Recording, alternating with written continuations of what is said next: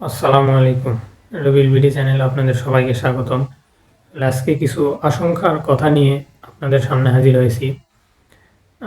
শরীফ ওসমান হাদি, ওনার মৃত্যুতে বাংলাদেশ গভীরভাবে শোকের আবহ চলছে সারা বাংলাদেশে। আজকে ওনার দাফন কাফন সম্পন্ন হয়েছে।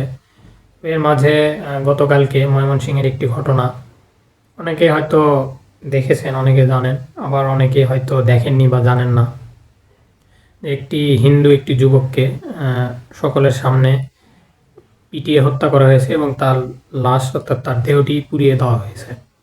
সে যতদূর আমি নিউজে দেখেছি সে হয়তো পোশাক কারখানায় চাকরি করত। তো সেখানে তার বিরুদ্ধে যে অভিযোগটি সেটি হচ্ছে আমাদের মহানবী হজরত মোহাম্মদ সাল্লাল্লাহু আলাইহি ওয়াসাল্লামের নামে কটূক্তি করেছেন। এই অভিযোগে ওনাকে আসলে পিটিয়ে হত্যা করা হয়েছে এবং ওনার দেহ পুড়িয়ে দেওয়া হয়েছে। আসলে আজকে আবার আমি নিউজে দেখলাম যে 10 জনকে গ্রেপ্তার করা হয়েছে এটার জন্য। এই জিনিসগুলো আসলে আমাদের বাংলাদেশের প্রেক্ষাপটে খুবই ভয়াবহ। এটা গত এই 1 বছরে অনেক ভয়াবহ রূপ ধারণ করেছে। আসলে এটাতে বলার কিছু নেই।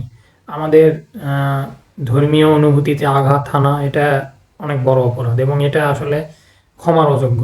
তারপরেও আমাদের দেশে যেহেতু আইন আছে, সেহেতু যদি এই ধরনের কাজ কেউ করে থাকে, অবশ্যই সেটা যদি সঠিক অভিযোগ তার বিরুদ্ধে থেকে থাকে, সেটা প্রমাণ হলে অবশ্যই তাকে আইনের হাতে তুলে দিয়ে আইন অনুযায়ী তার বিরুদ্ধে যথাযথ ব্যবস্থা গ্রহণ করা উচিত বা করতে হবে।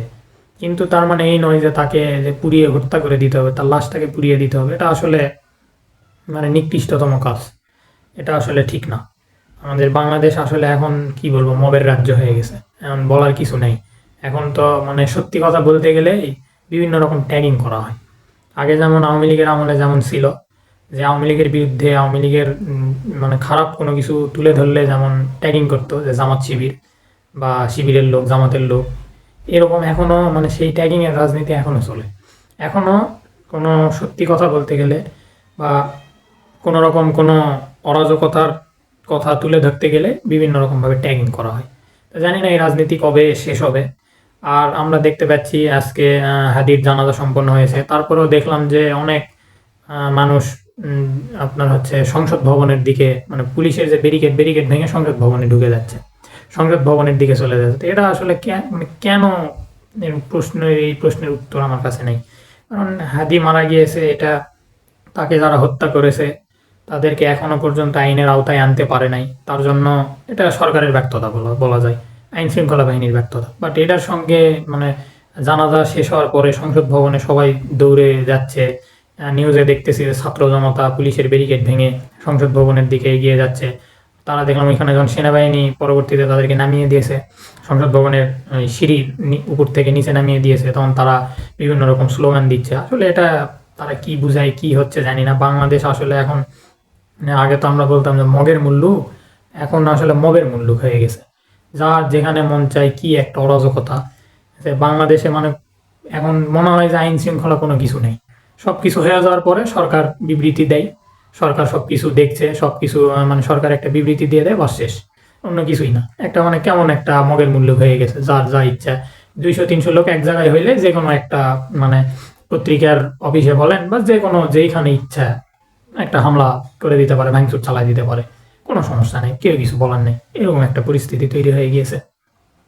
আবার এখন আরেকটা শঙ্কার কথা বলছিলাম। শঙ্কাটা হচ্ছে, আমি জানি না আসলে কতটা সঠিক হবে এবং আমি চাই যেন আমার কথা সঠিক না হয়। তবে কেমন যেন আমার মনে হচ্ছে যে এই যে সারা বাংলাদেশে আমরা এই হাদির যে মৃত্যু, এটাকে নিয়ে কেমন একটা অন্যরকম একটা রাজনীতি দেখতে পাচ্ছি, সহিংস একটা রাজনীতি দেখতে পাচ্ছি, যেটা আসলে হওয়ার কথা নয়।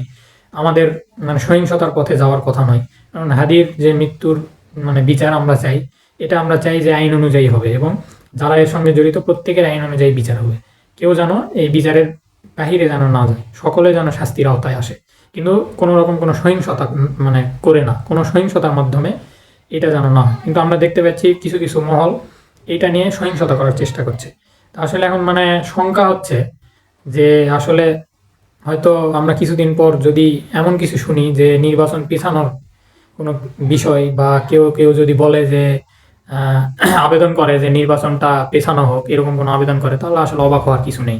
প্রেক্ষাপটটা সেই দিকেই যাচ্ছে। দেশের পরিস্থিতি যেমন আসলে ফেব্রুয়ারির 12 তারিখে নির্বাচন ঘোষণা করেছে নির্বাচন কমিশন, বাট বাংলাদেশ এখন যেরকম অস্থিতিশীল, এরকম অস্থিতিশীল যদি চলতে থাকে, এটা যদি চলমান থাকে, তাহলে এই পরিস্থিতিতে আসলে নির্বাচন করাটা কতটা আসলে নির্বাচন কমিশনের পক্ষে সম্ভব হবে, এটা আসলে মানে প্রশ্ন থেকেই যায়।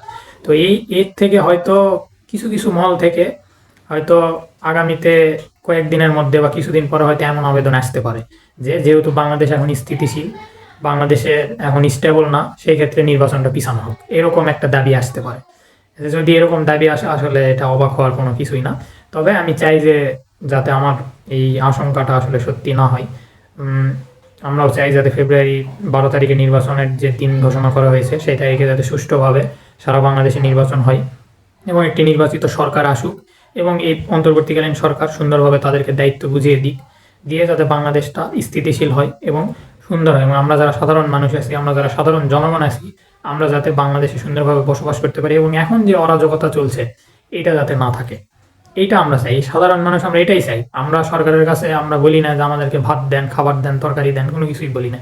জাস্ট শুধু এতটুকুই বলার যে দেশটা যেন স্থিতিশীল থাকে, আমরা যেন জীবনের নিরাপত্তা নিয়ে যেন চলাফেরা করতে পারি। আজকে এতটুকুই। সবাই ভালো থাকবেন, সাবধানে থাকবেন। রবিউল বিডি চ্যানেলটি সাবস্ক্রাইব করে দিবেন, এবং আপনাদের যদি কোনো ভিন্ন মত থাকে অবশ্যই কমেন্ট অপশানে গিয়ে কমেন্ট করে সেটা জানাবেন। সকলকে ধন্যবাদ। আসসালামু আলাইকুম।